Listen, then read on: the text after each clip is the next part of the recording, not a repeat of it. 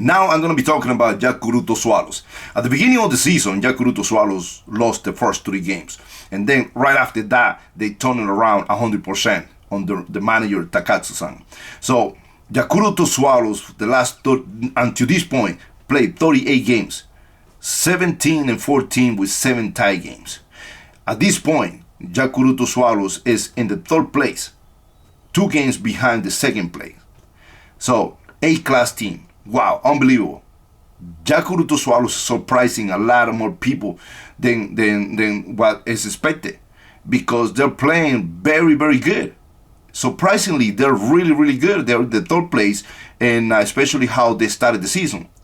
And how surprised is that Yakuruto Swallows numbers they're not the best numbers out there as a team, but they managed to be in the 3rd place.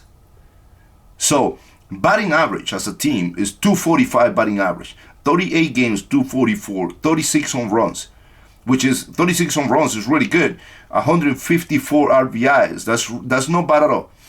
23 stolen bases, a 3rd in the league in stolen bases. But in Bogyuritsu, in ERA, is 3.84 Bogyuritsu ERA. Is 5th in the league. So how can you explain that a team that has a 3.84 Bogyuritsu, 5th in the league, is playing in the 3rd place? That has a lot to do how the manager managed the team, how Takatsu Kantoku is putting all the pieces together to be able to have the team in the 3rd place. Now, you got 2 of the best players in the league, all right? You got Yamada hitting 275 right now with 10 home runs, 25 RBIs, and you have the number 1 candidate to win the Triple Crown, Murakami.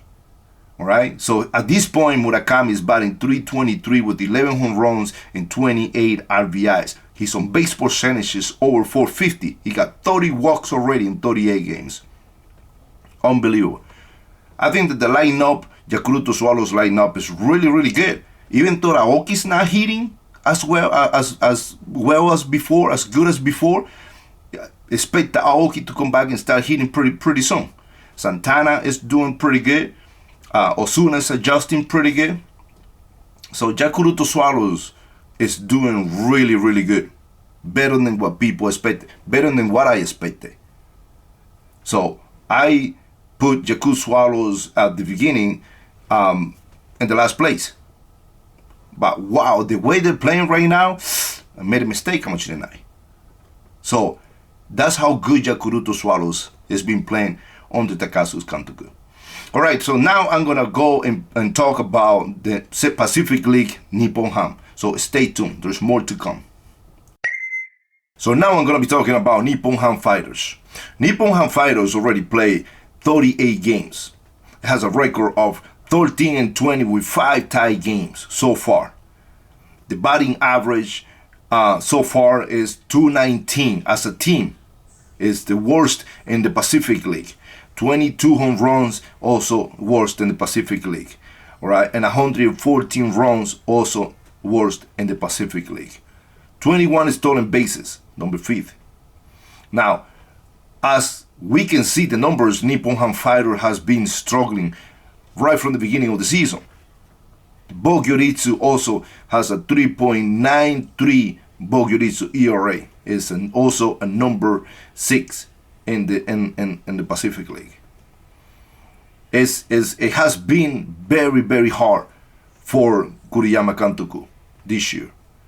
Now they don't have Gaikokujin players right now in the lineup. Nakata is not in the lineup playing.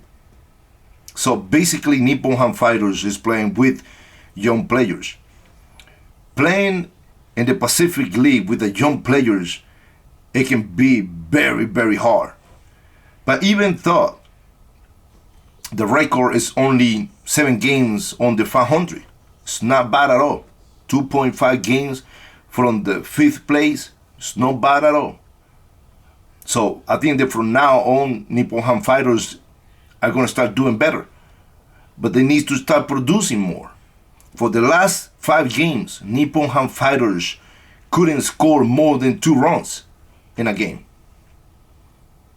With that Bogyuritsu, and the average is going to be 4 or 5 runs. So if they cannot score more than 2 runs per game, it's going to be very hard for Nippon Ham Fighters to go up to the 5th place, at least to the 5th place, move up. So from now on, taking a day by day and try to make some changes, that may be better. That may be a little bit different and change the atmosphere for the players. As we always know and see, Nippon Ham Fighters have so many young players and they look like they're having a very, very good time. But this is the time where Nippon Ham Fighters need to focus more in the game and start trying to win some games. Now, Nippon Ham Fighters have tremendous hitters. Kondo is one of the best hitters in the Pacific League. I mean, at this point, he's hitting 276 with 6 home runs, 25 RBIs, not bad at all. This guy is really, really good, always over 300. But Ishikawa is batting a little bit over 200. So, as a leadoff man, they need a little bit more production from him so the team can produce better. I mean, he got a couple home runs, 2 home runs, 10 RBIs, 5 stolen bases, but he can do a lot better than that. Now, Ota has been in the league for a couple years now. I mean, he's a very, very good hitter, but so far he's only hitting 228 with 3 home runs, 17 RBIs. So the team needs a little bit more production from some of these hitters so the team can produce better.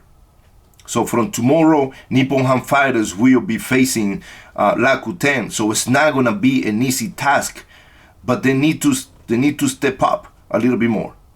And they need to win at least 2 games out of 3. That way they can move up. And hopefully they can get to the 5th place. Once they get to the 5th place with a lot of these young players, and then it's really good. Because after they get with the veteran players and they start producing better, the team can move up a little bit more. So I wish you guys all the best. I know you guys can do better. And I can't wait until I see you guys in the 5th place, at least in the 5th place. All right? So thank you for watching. And if you like this content, please subscribe to my channel and also hit the bell. 3, 2, 1, Yorokonde! Gets!